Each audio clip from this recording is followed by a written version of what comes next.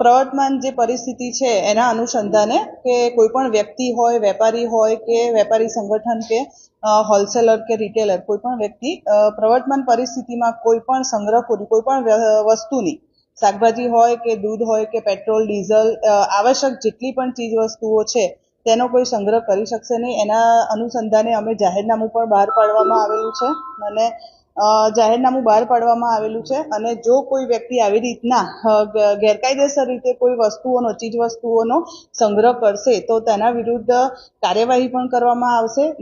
સામાન્ય નાગરિકોને તમામ ચીજ વસ્તુઓ સરળતાથી મળી રહે તે માટે અમે પૂરતા જ પ્રયત્ન કરીશું. અને બીજી વસ્તુ એ કે ભાઈ તમામ ઓઇલ માર્કેટિંગ કંપનીઓ સાથે પણ મીટિંગ કરી છે, તમામ વેપારી સંગઠનો સાથે પણ મીટિંગ કરી છે. એટલે આવી પરિસ્થિતિમાં બધા સાથે મળીને એકબીજાને સહકારથી કામ કરીશું.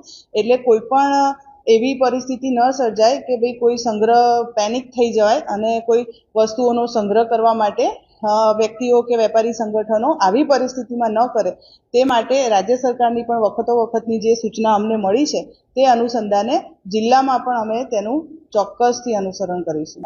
જો અમને એવી કોઈ ફરિયાદો મળે કે ભાઈ આ જગ્યાએ ભાવ વધારો લેવામાં આવે છે કે ભાઈ કે કોઈ ચીજ વસ્તુના ભાવ વધારે લેવામાં આવે છે, અમે ચોક્કસથી જો એવી બાબતો ધ્યાનમાં આવશે તો અમે ચોક્કસથી એની કાર્યવાહી કરીશું.